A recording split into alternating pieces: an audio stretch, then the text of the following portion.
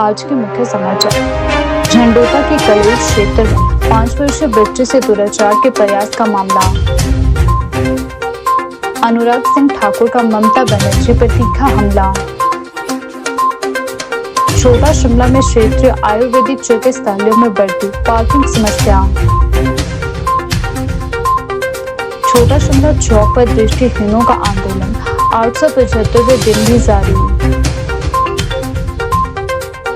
ऊना में पारा 35 डिग्री पहुंचा। हिमाचल के 30वें राज्यपाल कविंद्र गुप्ता ने ली शपथ।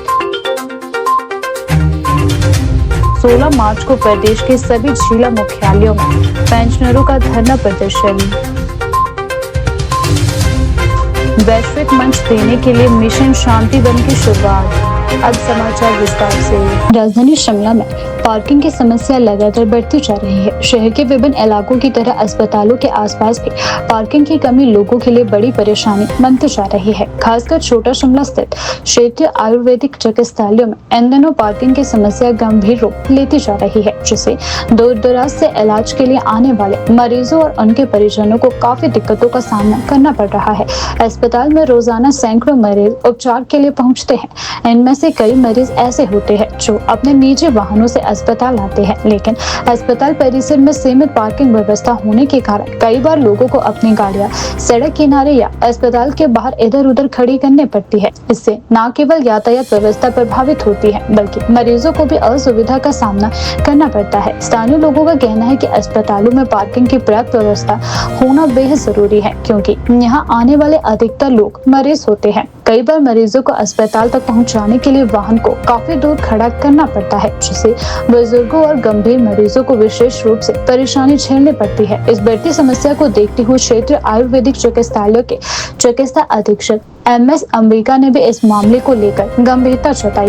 उन्होंने लोगों की परेशानियों को ध्यान में रखते हुए अस्पताल की सुरक्षा में तैनात कर्मचारियों को निर्देश दिए कि अस्पताल परिसर में अनावश्यक रूप से खड़ी बाहरी गाड़ियों को हटाया जाए और पार्किंग स्थल को मुख्य रूप से मरीजों और उनके परिजनों के लिए उपलब्ध करवाया जाए। MS अंबिका ने कहा कि अस्पताल में आने वाले मरीजों की सुविधा सर्वोपरि है, इसीलिए यह सुनिश्चित किया जा रहा है कि अस्पताल परिसर में वही वाहन खड़े हो जो मरीजों या अस्पताल के काम से जुड़े हो। इसके लिए सुरक्षा कर्मचारियों को नियमित निगरानी रखने के निर्देश भी दिए गए हैं। उन्होंने यह भी कहा कि यदि अस्पताल परिसर में बाहर के लोग अपनी गाड़ियां लंबे समय तक खड़ी रखते हैं तो इससे वास्तविक मरीजों को परेशानी होती है। इसीलिए ऐसे वाहनों को हटाने की कार्यवाही की जाएगी ताकि अस्पताल आने वाले मरीजों को पार्किंग के लिए पर्याप्त स्थान मिल सके। वहीं स्थानीय लोगों और मरीजों ने भी प्रशासन से मांग की है कि अस्पतालों के आसपास पार्किंग की व्यवस्था को और बेहतर बनाया जाए। उन्होंने कहा कि शिमला जैसे पहाड़ी शहर में जगह की कमी जरूर है, लेकिन अस्पताल जैसे महत्वपूर्ण स्थानों पर पार्किंग की विशेष व्यवस्था होना बेहद जरूरी है। लोगों का मानना है कि यदि अस्पतालों के लिए अलग से पार्किंग योजना बनाई जाए या बहुस्तरीय पार्किंग, मल्टी लेवल पार्किंग की व्यवस्था की जाए तो इससे न केवल मरीजों को राहत मिलेगी, बल्कि शहर की यातायात व्यवस्था भी सुचारू रह सकेगी। फिलहाल अस्पताल प्रशासन द्वारा उठाए गए इस कदम से उम्मीद जताई जा रही है कि क्षेत्रीय आयुर्वेदिक चिकित्सालयों में आने वाले मरीजों को कुछ हद तक पार्किंग की समस्या से राहत मिल सकेगी। मैम, हम कोशिश पूरी रखते हैं कि व्हीलचेयर और स्ट्रेचर निकल जाए, बट आज कुछ ज़्यादा ही है। मैं ये सारा इंक्वायर करूंगी, क्योंकि एक तो मॉर्निंग में डॉक्टर्स आ रहे होते हैं ड्यूटी के लिए। शायद जल्दीबाजी में सभी का ये होता है कि हम अपनी गाड़ियाँ लेके आए ताकि टाइम पे हॉस्पिटल में पहुँचे, अपनी सर्विसेज अच्छे से दे पाएँ। फिर भी आज सबको एक बारी मीटिंग करके हम इंस्ट्रक्शंस दे देंगे कि आप गाड़ियाँ कम से कम लेके आएँ और पूल और पूल करके आएँ। एक्चुअली पेशेंट्स के लिए तो अलाउड ही नहीं है कि गाड़ियाँ, लेकिन ये कि गेट पे हमने इतनी जगह रखी होती है कि उनकी गाड़ी रुके, पेशेंट को उतारे। अगर उनको स्ट्रेचर चाहिए तो हम स्ट्रेचर अवेलेबल करवाते हैं, व्हीलचेयर चाहिए तो व्हीलचेयर प्रोवाइड करवाते हैं और इमीडिएटली पेशेंट को अंदर ले लेते हैं। मैम, एग्जैक्टली हमेशा ऐसा नहीं होता, बट मुझे ऐसा लगता है कि आज हर्डली सब लोग अपनी गाड़ियाँ लेके आए, क्योंकि कई बार मैं भी हो जाती हूँ कि आप लोग लेट नहीं आना चाहिए, टाइम पे आना चाहिए, तो मे भी इस वजह से ज़्यादा लोग गाड़ियाँ लेके आए। समस्या है कि हम लोगों के लिए कि हम स्टाफ को गाड़ी की पार्किंग प्रोवाइड कराएं, कि पेशेंट्स को करवाएं सभी के साथ। मैम, आपने खुद देखा, मैं खुद अपनी गाड़ी नहीं लेके आता इसी वजह से कि हमारे पास स्पेस कम है।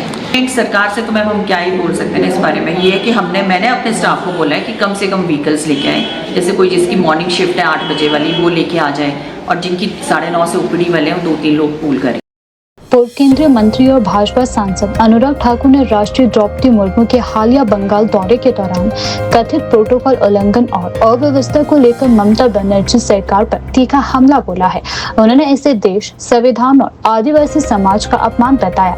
रविवार को उत्तर 24 परगना जिले के नेहाटी में भाजपा की परिवर्तन यात्रा में शामिल हुए अनुराग ठाकुर ने एक जनसभा को संबोधित करते हुए कहा कि पश्चिमी बंगाल की मुख्यमंत्री ममता बनर्जी एक तरफ राष्ट्रपति और राज्यपाल का विरोध व अपमान करती है, जबकि दूसरी तरफ घुसपैठियों और माफिया तत्वों का स्वागत करती है। उन्होंने कहा कि ममता बनर्जी राज्य की मुख्यमंत्री की तरह नहीं बल्कि माफिया, जिहादियों और घुसपैठियों की कायदे आजम की तरह कार्य कर रही है। उन्होंने कहा कि भारत के सर्वोच्च संवैधानिक पद पर आसीन राष्ट्रपति का जिस तरह से अपमान हुआ है उससे पूरे देश के लोगों में नाराजगी है। भाजपा सांसद ने कहा कि बंगाल की अस्मिता और संसाधनों की रक्षा के लिए राज्य में सत्ता परिवर्तन जरूरी है। उन्होंने कहा कि राज्य में बांग्लादेशी घुसपैठ लगातार जारी है। अनुराग ठाकुर ने राज्य सरकार पर भ्रष्टाचार के आरोप लगाए। उन्होंने कहा कि बंगाल सरकार ने युवाओं को रोजगार देने और नए उद्योग लगाने के बजाय मंत्रियों और नेताओं के जरिए कटमनी वसूली का कार्य किया है, जिससे आम लोगों को बार बार ठगा जा रहा है। उन्होंने कहा कि आने वाला विधानसभा चुनाव बंगाल की अस्मिता, संस्कृति और राज्य के अस्तित्व की रक्षा का चुनाव होगा। अनुराग ठाकुर ने दावा किया कि इस बार राज्य में सरकार बदलेगी और जनता ममता बनर्जी को सत्ता से बाहर कर देगी। बंगाल में ऐसा लगता है कि मुख्यमंत्री नहीं, माफिया, जिहादियों और घुसपैठियों की कायदे आजम ममता जो देश की राष्ट्रपति का तो विरोध करती, अपमान करती, बहिष्कार करती, लेकिन वहीं पर घुसपैठियों का स्वागत भी करती, संरक्षण भी देती। और यहाँ पर जब SIR का चलता है, नाम रिविजन होती है, तो उस समय उसका विरोध भी करती है, सुप्रीम कोर्ट भी जाती है। लेकिन 60 लाख ऐसे नाम जब कटते हैं जिनमें बहुत बड़ा वर्ग है घुसपैठियों का, तो उनकी आवाज बनने का काम ममता बनर्जी करती है। अगर जांच एजेंसियां जांच करने आती हैं तो जांच एजेंसियों का विरोध करती हैं, लेकिन भ्रष्टाचार करने वालों को संरक्षण देती है। बंगाल की जनता को ये देखना है कि घुसपैठियों का संरक्षण, अपराधियों का संरक्षण,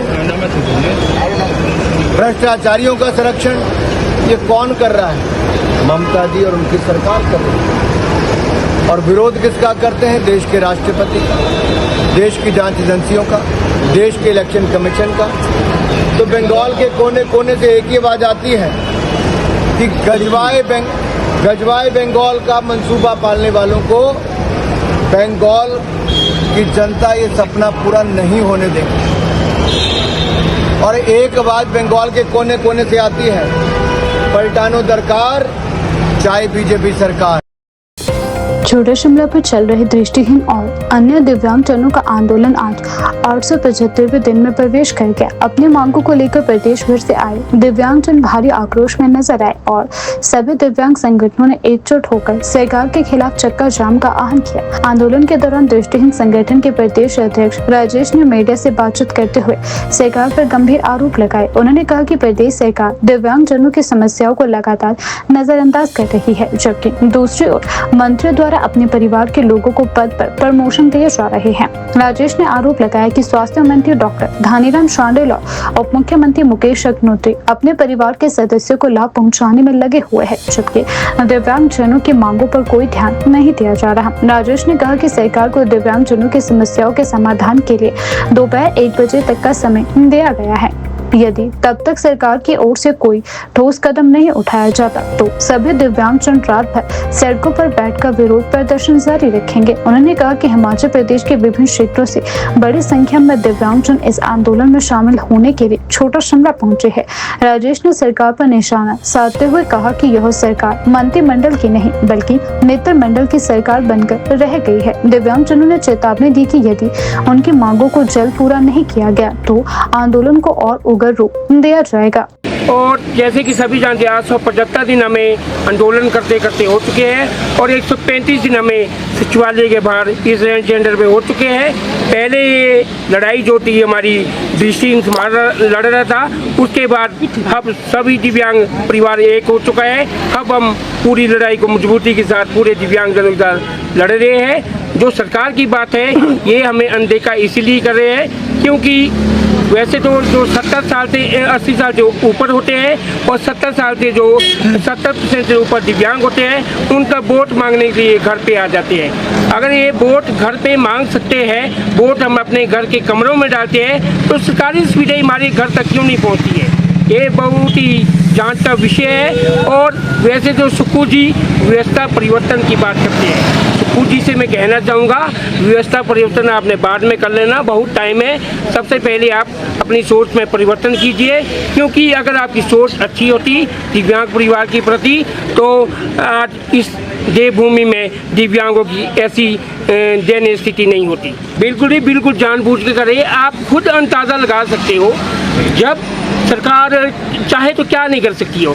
देखो धनीराम शांडिल जी अपनी बेटी उन्होंने 6 महीने की एक्सटेंशन दे दी, उसके बाद तुरंत प्रभाव से उनको प्रमोशन भी दे दी और एक नौकरी रात को खुलती है, डिप्टी सीएम की बेटी उसमें लग जाती है। उनके ज्वाई राजा पहले एसडीएम थे, उसके बाद सीधे एडीसी बन जाते हैं। उसके बाद जो सुक्खू जी है कभी अपने मासी की लड़कों को प्रमोशन दे देते हैं, कभी अपने चाहितों को ठेकेदारी का करोड़ों के ठेके दे देते हैं। अगर उनके लिए उनके पास पैसे है तो उनके पास, अगर इनके पास कबीर का खजाना है तो दिव्यांगजनों के लिए आर्थिक बदहाली का बहाना क्यों है? तो यही सरकार का चरित्र और दोहरा चरित्र यहीं से पता लगता है। अगर फिर भी आज भी हमें हमारे साथ दिव्यांग समाज के साथ ऐसा ही सरकार करती है तो पूरी रात दिव्यांग समाज इसी सड़कों पे बैठेगा।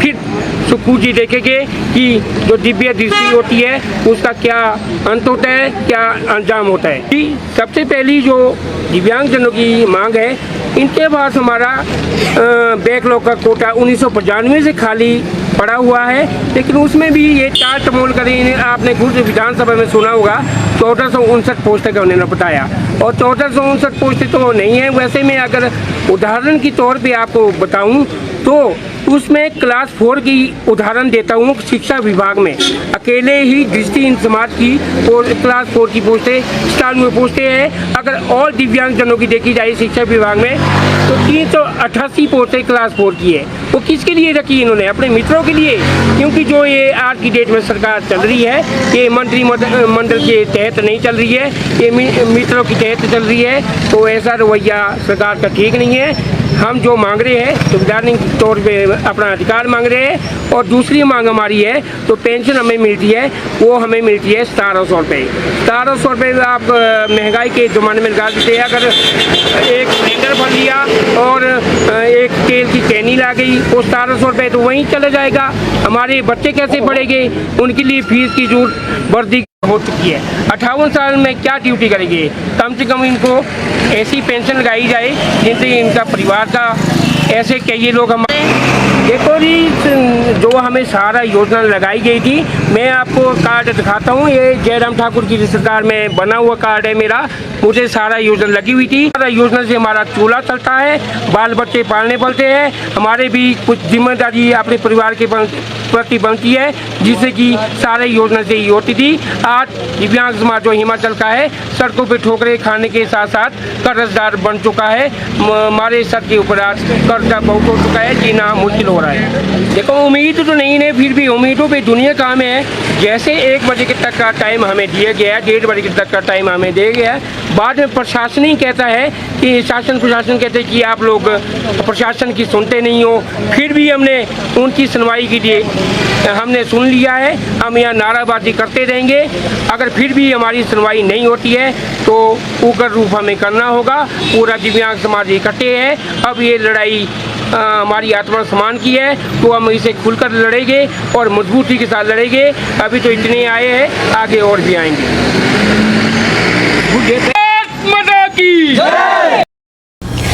हिमाचल प्रदेश में मार्च की शुरुआत के साथ ही गर्मी ने अपने तेवर दिखाने शुरू कर दिए हैं। प्रदेश के मैदानी इलाकों में तापमान तेजी से बढ़ रहा है और कई जिलों में लू जैसे हालात भी बनने लगे हैं। सोमवार को ऊना में अधिकतम तापमान 35 डिग्री सेल्सियस दर्ज किया गया, जो इस सीजन का अब तक का सबसे अधिक तापमान माना जा रहा है। प्रदेश के कई जिलों में तापमान 30 डिग्री सेल्सियस से ऊपर पहुंच गया है, जिससे लोगों को दिन के समय तेज धूप और गर्म हवाओं का सामना करना पड़ रहा है। मौसम विभाग केंद्र शिमला के अनुसार आने वाले दिनों में मौसम में बदलाव की संभावना है, जिससे कुछ राहत मिल सकती है। हालांकि मैदानी इलाकों में गर्मी का असर लगातार बढ़ता जा रहा है। मौसम विभाग के आंकड़ों के अनुसार प्रदेश के 7 जिलों ऊना, बिलासपुर, हमीरपुर, कांगड़ा, मंडी, सोलन, कुल्लू में अधिकतम तापमान लगभग 30 डिग्री सेल्सियस के ऊपर पहुंच गया है। इन क्षेत्रों में दोपहर के समय तेज धूप और गर्म हवाओं के कारण लोगों को काफी परेशानियों का सामना करना पड़ रहा है। ऊना और हमीरपुर जैसे मैदानी जिलों में तापमान सामान्य से काफी अधिक दर्ज किया गया।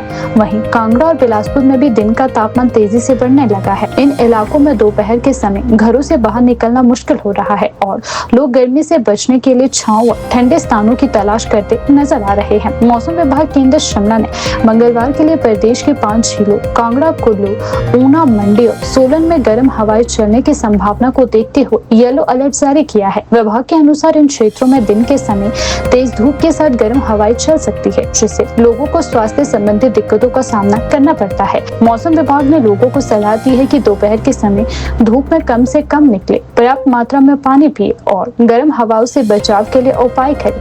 प्रदेश के मैदानी जिलों में लगातार बढ़ते तापमान के कारण दोपहर के समय लू जैसे हालात बन रहे हैं। खासकर ऊना और हमीरपुर में गर्मी का असर अधिक देखने को मिल रहा है। यहाँ तापमान सामान्य से कई डिग्री अधिक दर्ज किया जा रहा है। स्थानीय लोगों का कहना है कि मार्च महीने में भी इतनी तेज गर्मी महसूस होना असामान्य है। खासतौर पर इस समय मौसम सुहावना रहता है, लेकिन इस बार मार्च की शुरुआत से ही गर्मी का असर साफ दिखाई दे रहा है। हालांकि मौसम विभाग ने आने वाले दिनों में मौसम में बदलाव की संभावना भी जताई है।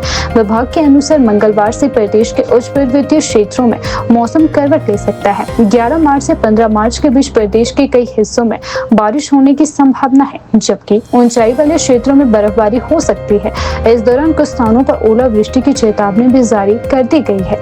मौसम विभाग के अनुसार आने वाले दिनों में होने वाली बारिश और बर्फबारी से किसानों और बागवानों को राहत मिल सकती है। लंबे समय से सूखे जैसे हालात के कारण फसलों और बागवानी पर असर पड़ रहा है। बारिश होने से मिट्टी में नमी बढ़ेगी और फसलों को फायदा मिलेगा। हालांकि विभाग ने किसानों को सलाह दी है कि मौसम के बदलते मिजाज को देखते हुए और बागानों की सुरक्षा के लिए आवश्यक कदम उठाए। बढ़ती गर्मी और संभावित मौसम बदलाव को देखते हुए प्रशासन ने भी लोगों को सतर्क रहने की अपील की है। स्वास्थ्य विशेषज्ञों का कहना है कि अचानक बढ़ती गर्मी से डिहाइड्रेशन और हीट स्ट्रोक जैसी समस्याएं बढ़ने लगती है। ऐसे में लोगों को धूप से बचने, हल्के कपड़े पहनने और पर्याप्त मात्रा में पानी पीने की सलाह दी जा रही है। फिलहाल हिमाचल प्रदेश में गर्मी और आने वाले दिनों में संभावित बारिश बर्फबारी के बीच मौसम का मिजाज लगातार बदलता नजर आ रहा है, जिस पर मौसम विभाग की कड़ी नजर बनी है। जिला बिलासपुर के झंडूता उपमंडल के कलोल क्षेत्र में एक बेहद निंदनीय घटना सामने आई है। जानकारी के अनुसार एक 5 वर्षीय मासूम बच्चे के साथ दुराचार के प्रयास का आरोप एक नाबालिग लड़के पर लगा है। घटना के बाद इलाके में आक्रोश भी देखने को मिल रहा है। मिली जानकारी के अनुसार घटना का पता चलते ही परिजनों और स्थानीय लोगों ने तुरंत पुलिस को सूचना दी। पुलिस ने मौके पर पहुंचकर तुरंत कार्यवाही करते हुए आरोपी नाबालिग को हिरासत में ले लिया और मामले की जाँच भी शुरू कर दी। बताया जा रहा है कि घटना की सूचना मिलते ही विभिन्न हिंदू संगठनों के प्रतिनिधि भी मौके पर पहुंचे और उन्होंने प्रशासन से मामले में सख्त से सख्त कार्यवाही करने की मांग उठाई है। संगठनों का कहना है कि इस प्रकार की घटनाएं समाज के लिए अत्यंत चिंताजनक है और दोषी के खिलाफ कठोर कानूनी कार्यवाही होनी चाहिए। पुलिस द्वारा बच्चे को चिकित्सकीय जांच के लिए अस्पताल भी भेजा गया है। अधिकारियों के अनुसार मामले की सभी पहलुओं से जांच की जा रही है और कानून के अनुसार आगे की कार्यवाही की जाएगी। स्थानीय प्रशासन ने लोगों से शांति बनाए रखने और अफवाहों से दूर रहने की अपील की है। एक निंदनीय कार्य है जिसके द्वारा बच्ची के साथ किया गया है और सभी हमारे बजरंगी भाई यहाँ पहुँचे हुए हैं। हमारे साथ हमारे सूर्य भाई भी हैं, विशाल भाई भी हैं और ये जो घटना घटी है, जिस लड़के ने ये कार्य किया है उसको फांसी की सजा होनी चाहिए। जो एक मासूम बच्ची के साथ कार्य किया है, हमारे सूर्य भाई कुछ आप भी बताएं लाइव के माध्यम से। नमस्कार जी, मैं बजरंग दल जिला अध्यक्ष सूर्य चंदेल। हमारी पूरी जिला बिलासपुर की बजरंग दल की जितनी भी हमारे सदस्य हैं, मेंबर हैं, हमारी टीमें हैं, ये सभी आज यहाँ कलोल में आप सभी को पता ही है कि कल क्या हुआ। हमारी 5 साल की बच्ची के साथ ऐसा कृत्य हुआ, तो जिसकी वजह से हमारे सभी भाई आज उस बच्ची के साथ उसे न्याय दिलाने के लिए और भी मतलब जो चीज़ें मीडिया के सामने नहीं बोल सकते हैं, वो परिस्थितियां देख के ही सब चीज़ों का पता लगेगा। मैं उन लोगों को यही चेतावनी देता हूं कि आप लोग सुधर जाएं, वरना हम सुधार देंगे। क्योंकि अब पानी जो है वो सिर से ऊपर हो गया है। आज हमारी 5 साल की बच्चियां आज सुरक्षित नहीं है, तो किस प्रकार से ये सुरक्षित नहीं है, इन लोगों की मानसिकता किस प्रकार से होगी है। हमारी लड़ाई किसी विशेष धर्म से नहीं है, हमारी लड़ाई इस मानसिकता से है, जो ये मानसिकता जो ये एक घिनौनी, एक शैतानी रूप में जो ये मानसिकता लोगों के दिमाग और दिल में, जो अभी 14 साल का है वो, उसके दिमाग में अभी ये चीजें भरी हुई हैं, तो हमारा समाज किस ओर जाएगा, ये लोग आप तय करेंगे कि हमारा समाज किस ओर जाएगा। हमारा पूरा बजरंग दल जिला बिलासपुर की पूरी टीमें, हमारे ज्यादा नहीं है तो हम 70-80 की करीब की संख्या के एकदम से इमरजेंसी कॉल पे, क्योंकि हमारी बहन, छोटी बहन के साथ ये क्रूरकृत्य है, हम एक शांतिपूर्ण तरीके से उनके घर जा रहे हैं और कोई हु हल्ला नहीं, क्योंकि हमें भी पता है वो हमारी बच्ची है। हम उनके लिए न्याय की मांग करते हैं और उसकी इज्जत और उसके भविष्य में कोई ऐसी चीज ना हो जिससे कि वो उसे गिल्ट लेके बैठ जाए। तो इसके लिए हम शांतिपूर्वक तरीके से उनके परिवार से मिलेंगे और उनकी स्थिति परिस्थिति जो भी होगी वो जानेंगे, और पुलिस प्रशासन ने क्या कार्रवाई की है ये भी वही लोग उनके परिवार वाले बताएंगे। यही बोलना चाहूंगा, जैसे कि ये लोग कहते हैं कि लड़कियां छोटे कपड़े पहनती हैं, ये वो 5 साल की लड़की ने छोटे कपड़े पहने थे। बंदों की मानसिकता ऐसी हो चुकी है कि उन्हें फर्क नहीं पड़ता, लड़की ने चाहे जैसे मर्जी कपड़े पहने हो, उन्हें सिर्फ वही कृत्य करना है जो उनके दिमाग में भरा हुआ है। और मैं यही बोलना चाहूंगा कि प्रशासन इसके ऊपर कड़ी कार्रवाई करे। और बाकी अभी हम जा रहे हैं, देखते हैं क्या है क्या नहीं है। बाकी ऐसा अगर समाज में होगा तो बजरंग दल साथ में खड़ा है, हम सभी भाई साथ में खड़े हैं, मराठा भाई आए हैं, सूर्य भाई आए हैं, जितने भी हमारे भाई हैं सारे आए हैं। हमें बहुत अच्छा लगा, बहुत खुशी हुई कि सारे भाई ऐसे कामों में आगे बढ़ते हैं। बाकी यही बोलना चाहूंगा, बाकी जय श्री राम, जय श्री राम, जय जय श्री राम, जय श्री राम, जय जय श्री राम, जय श्री राम। जयकारा वीर बजरंगे, हर हर महादेव, जयकारा वीर बजरंगे, हर हर महादेव।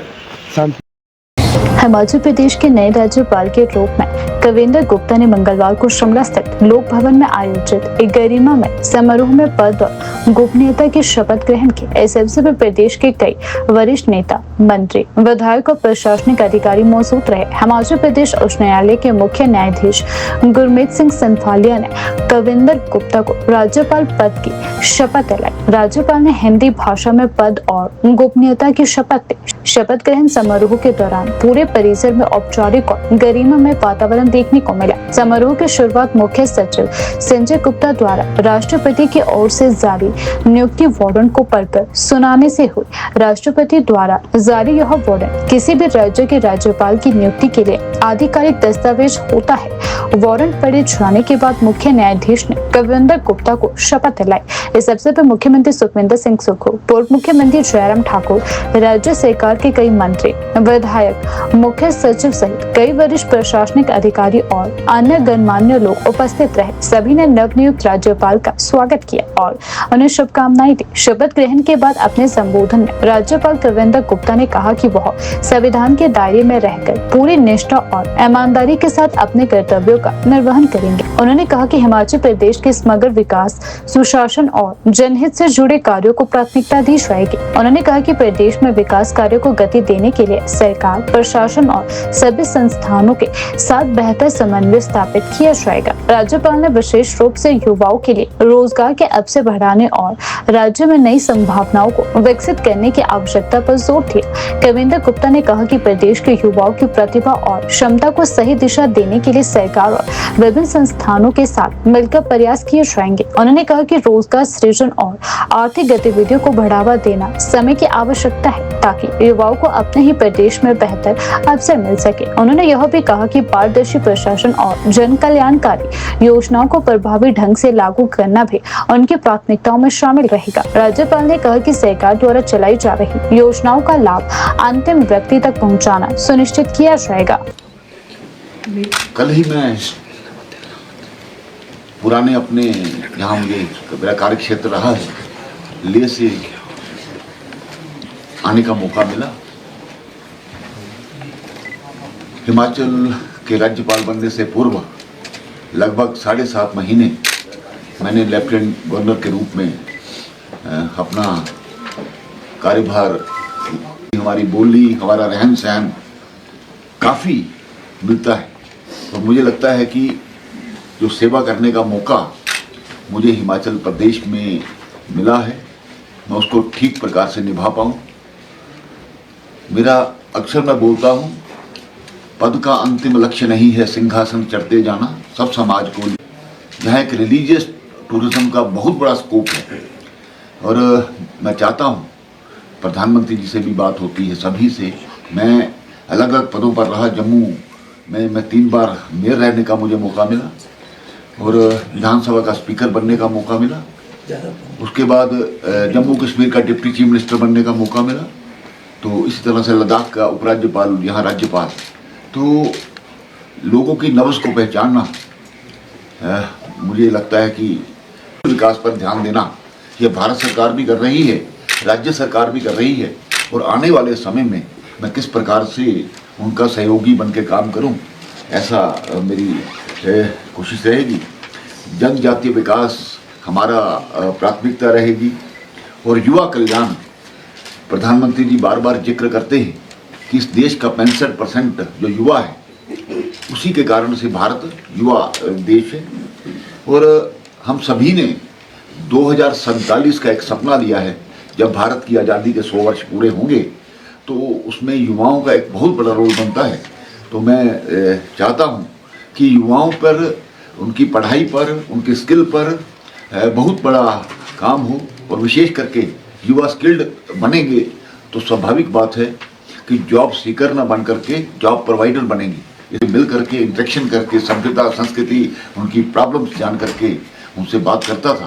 मेरी ये प्राथमिकता रहेगी, मैं भी लोगों के बीच में रहूं और खास करके जो भी हमारे क्षेत्र हैं, 12 जिले हैं यहाँ पे, 12 जिले, तो लगभग 3-4 महीने में वर्ती जो क्षेत्र हैं, विलेज डेवलपमेंट हैं। और मैं बताना चाहता हूँ, मैं लद्दाख के जो आखिरी गांव है ये पाकिस्तान और चाइना के साथ लगते हैं, जो 1971 में भी कुछ एरिया हमने उनका जीता था, थांग एरिया था, तो वहाँ तक मेरा नुब्रा तक जाने का मुझे मौका मिला है। यहाँ भी मैं कोशिश करूँगा कि बॉर्डर का विकास किस प्रकार से हो, इस पर मेरी प्राथमिकता रहेगी। विकास को ऊंचाइयों पर ले जाने के लिए हम सब मिल करके सिर्फ आपस में जोड़ करके बैठें तो राज्यपाल के रूप में किसी की कोई पार्टी नहीं होती है, इसलिए सब समाज को लेकर के चलना मेरी प्राथमिकता रहेगी। इसके अलावा जो पिछले हमारे कुछ गवर्नर्स रहे हैं, उसमें हमारे आचार्य देवव्रत जी हैं, आलेकर जी हैं। मैं ये भी चाहता हूँ कि आने वाले समय में यहाँ जितनी भी यूनिवर्सिटीज़ हैं उसका मैं चांसलर हूँ। यूनिवर्सिटी एक बहुत बड़ा माध्यम रहता है जिससे हमारे युवाओं का विकास हो सकता है। तो मेरी यही प्राथमिकता रहेगी। देखिए, नशा हमारे समाज के लिए एक बड़ा नासूर बन चुका है और कोई माँ बाप नहीं चाहता कि मेरा बच्चा इस प्रकार का जो नशे में आए। इसलिए ज़रूरी है कि शिक्षा एक माध्यम है, संस्कार भी एक माध्यम है और इसके साथ काउंसलिंग। मैं आपको बताना चाहता हूँ, जिस प्रकार से लद्दाख में हमारे जो डीसीज हैं, उन्होंने ऐसे 40 अध्यापकों का, क्योंकि ये भी हिमाचल का भी एरिया है लेकिन वो तो बहुत दूर दराज के एरिया है, तो जहाँ कोई 50 घर हैं, कहीं 10 घर हैं, कहीं 20 घर हैं, पहाड़ी एरिया था। हमारे लोगों ने यूट्यूब पर कुछ 40 लोगों की टीम तैयार की जो कि लेक्चर हर सब्जेक्ट में देते हैं, तो उसका बहुत बड़ा फ़ायदा हो रहा है। इसी तरह से मुझे लगता है कि अभी लद्दाख में हमने खेलो इंडिया, वहाँ के लोग दूर दराज में रहने वाले, जहाँ 50 घर हैं, वहाँ पर भी आइस हॉकी जो गेम है उसको प्रमोट करते हैं और अपनी ग्राउंड मांगते हैं। वहाँ का व्यक्ति ये जो अपना कम्युनिटी सेंटर है वो मांगता है। और इतनी डेवलपमेंट होती है, जहाँ भी 4 से व्यक्ति 4 घर भी हैं, वो भी कहता है हमें आने वाले समय में यहाँ कम्युनिटी हेल्थ सेंटर मिलना चाहिए। तो सरकार ने बहुत सी ऐसी सुविधाएं दी। आपकी जानकारी के लिए हमने जो 300 किलोमीटर 400 किलोमीटर NHM में यहाँ बच्चों की तनख्वाह पूछी गई 50,000 रुपया होगी, वहाँ 4 लाख तक हम तनख्वाह देते हैं। हमने वहाँ पर इस प्रकार की मशीनें लगाई हैं कि डॉक्टर ले में बैठेगा और वह दूर दराज के इलाकों में बैठ करके उनका बीमारी जान करके उनके टेस्ट करके उधर रिपोर्ट दे रहा होगा। इसी तरह से हर क्षेत्र में, इसलिए ज़रूरी है, जहाँ तक इन्होंने नशे की बात की है, नशा हमारे लिए नासूर है, पहले ही मैंने कहा, लेकिन इस पर काम करना ज़रूरी है। और ये सरकार का काम नहीं है, ये समाज का काम भी है, और सभी सामाजिक संस्थाओं को साथ में लेकर के हम आगे बढ़ें। हिमाचल प्रदेश पेंशनर संयुक्त संघर्ष समिति के अतिरिक्त महासचिव भूपराम वर्मा ने मंगलवार को शिमला में आयोजित एक प्रेस वार्ता में पेंशनरों से जुड़े कई महत्वपूर्ण मुद्दों को उठाते हुए आगामी आंदोलन की रूपरेखा की जानकारी दी। उन्होंने बताया कि 5 मार्च 2026 को सुंदरनगर में आयोजित राज्य स्तरीय बैठक में यह निर्णय लिया गया है कि 16 मार्च 2026 को हिमाचल प्रदेश के सभी जिला मुख्यालयों में धरना प्रदर्शन किया जाएगा। भूपराम वर्मा ने कहा कि 18 मार्च 2026 से हिमाचल प्रदेश विधानसभा का बजट सत्र दोबारा शुरू होने जा रहा है और 21 मार्च 2026 को वित्तीय वर्ष 2026-27 का बजट प्रस्तुत किया जाएगा। ऐसे में पेंशनर संयुक्त संघर्ष समिति ने सरकार से आग्रह किया है कि बजट प्रस्तुत करते समय पेंशनरों की मांगों को नजरअंदाज न किया जाए और उनके देय वित्तीय लाभों के भुगतान के लिए बजट में उचित प्रावधान किया जाए। उन्होंने कहा कि प्रदेश के हजारों पेंशनर लंबे समय से अपने वित्तीय लाभों के भुगतान का इंतजार कर रहे हैं, इसलिए सरकार को चाहिए कि बजट में इन देनदारियों को शामिल कर पेंशनरों को राहत प्रदान की जाए। प्रेस वार्ता के दौरान समिति के नेताओं ने हिमाचल प्रदेश ज्वाइंट फ्रंट के तथाकथित और स्वयंभू नेता आत्माराम शर्मा द्वारा 6 मार्च 2026 को कालीबाड़ी में दिए गए बयान की कड़े शब्दों में निंदा की गई। नेताओं ने इसे पेंशनरों के बीच दरार डालने की एक सोचे समझे साजिश बताया। उन्होंने आरोप लगाया कि आत्माराम शर्मा और उनके साथ जुड़े कुछ लोग पेंशनर संयुक्त संघर्ष समिति के बढ़ते जनाधार और गतिविधियों से भौखला गए हैं।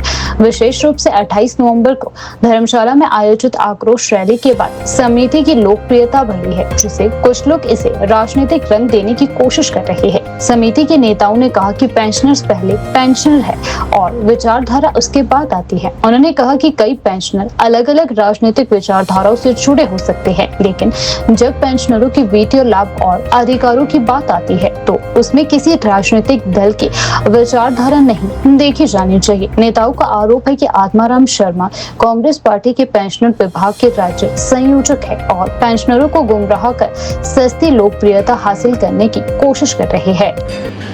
हिमाचल प्रदेश पेंशन संयुक्त संघर्ष समिति के बैनर तले पिछले दिनों 5 मार्च को सुंदरनगर में एक 18 बड़े संगठन जो है हमारे पेंशनों की, उनकी एक आपातकालीन बैठक का आयोजन किया गया और उसमें ये निर्णय लिया गया कि जो वर्तमान सरकार है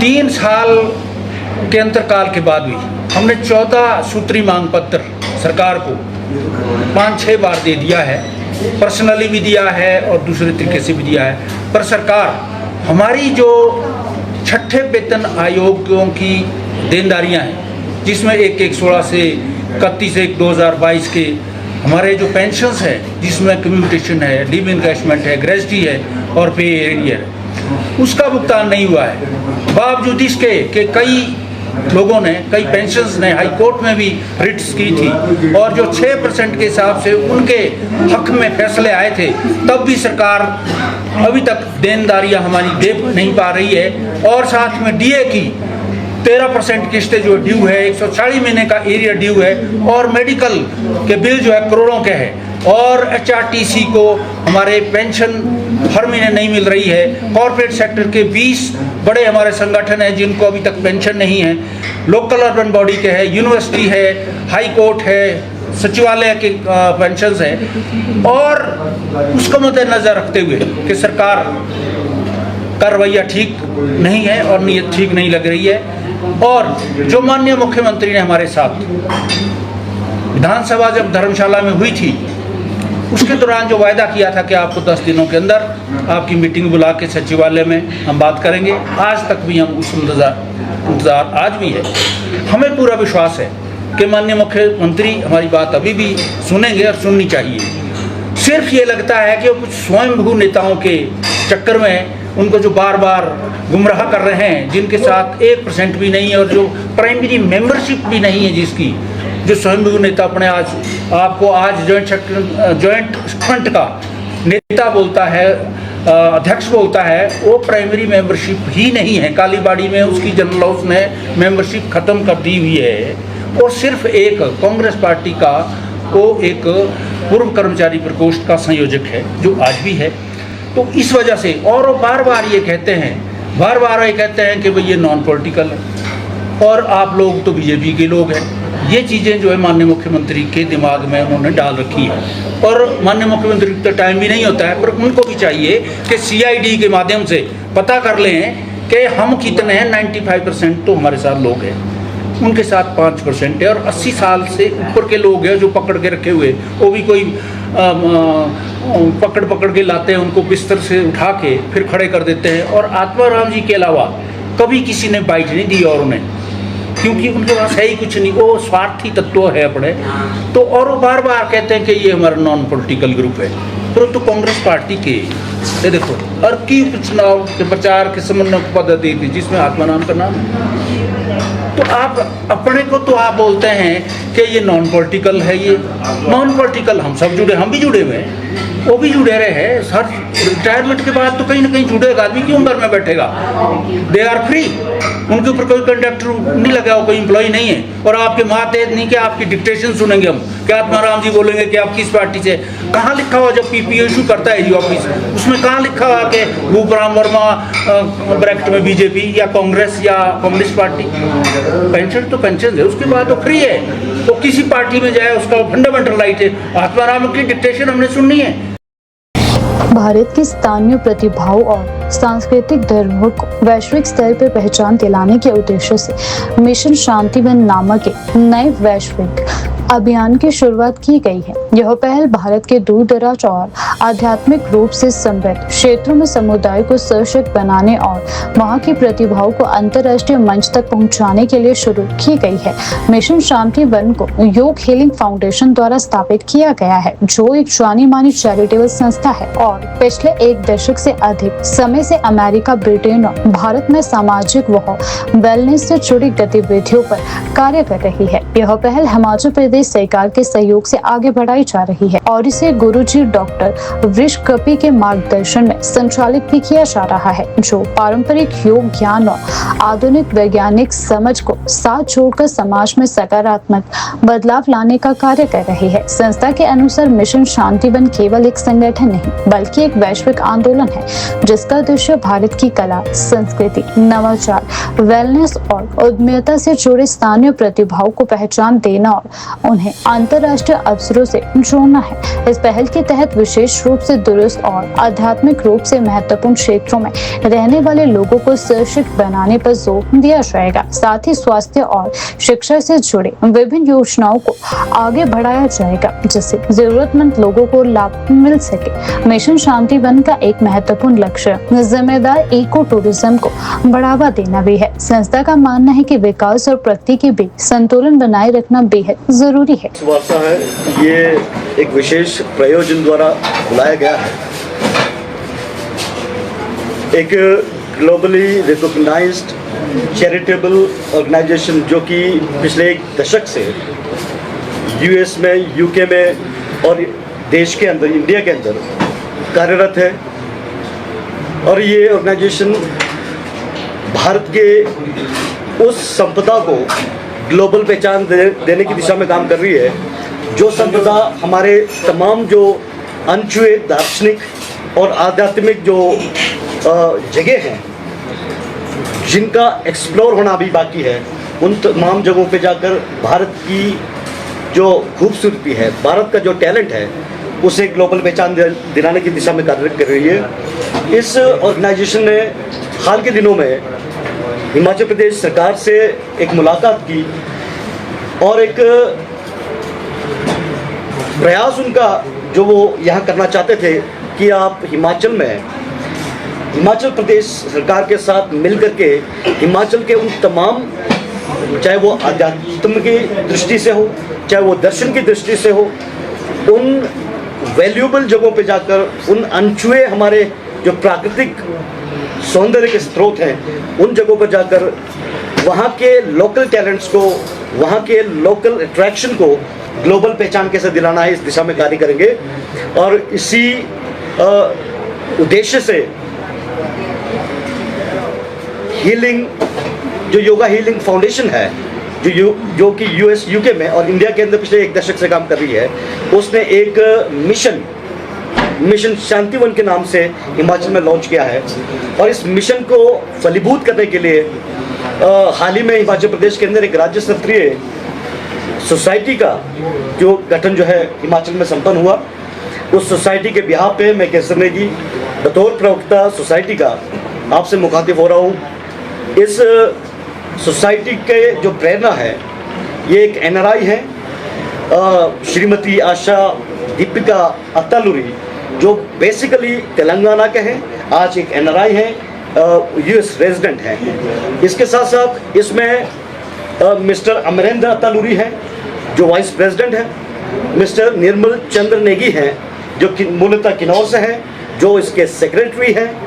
इसके अलावा मिस्टर केसांग रपचिक हैं जो स्पीति से हैं, जो इसके फाउंडिंग मेंबर हैं। इसके अलावा मिस्टर प्रशांत नेगी हैं जो मेरे साथ ही फाउंडिंग मेंबर्स में से एक है। और इसके अलावा सीमांत जो गांव हमारा किन्नौर का चितकुल है,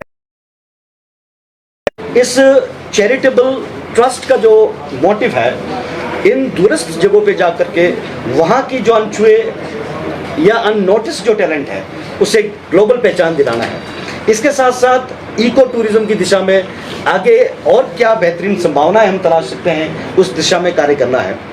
हाल के हमारी जो मीटिंग सरकार के साथ हुई है, सरकार के रिप्रेजेंटेटिव के साथ हुई है, उसमें एक मिशन हमने यहाँ पे पाइपलाइन में डाल रखा है कि आने वाले समय में जो हमारे सीमांत गांव हैं, स्पीति का जो मुझसे आगे का वाला इलाका है, किन्नौर का जो चितकुल से आगे वाले इलाके हैं, वहाँ पे मेडिटेशन सेंटर्स, फिटनेस सेंटर्स के तमाम अन्य जिलों में जहाँ जहाँ पे भी हमारे दर्शन की वैल्यूएबल जो जगह हैं, अध्यात्म की जगह हैं, और जो कहीं ना कहीं आज वो पहचान नहीं रखते हैं जो ग्लोबल पहचान उन्हें मिलनी चाहिए, उस दिशा में ये फाउंडेशन काम करेगी।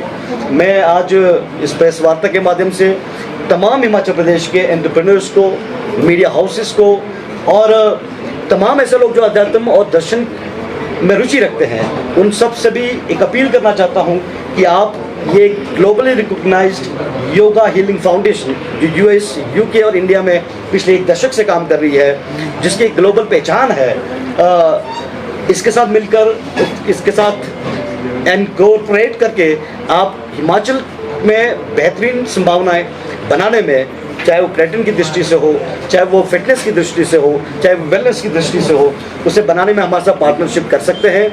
एक बार पुनः आप सब साथियों ने हमें समय दिया और आपके माध्यम से हिमाचल की जनता को बता देना चाहता हूँ कि इस इनिशिएटिव में हिमाचल प्रदेश की सरकार इस ट्रस्ट के साथ कंधे से कंधे मिलाकर काम कर रही है।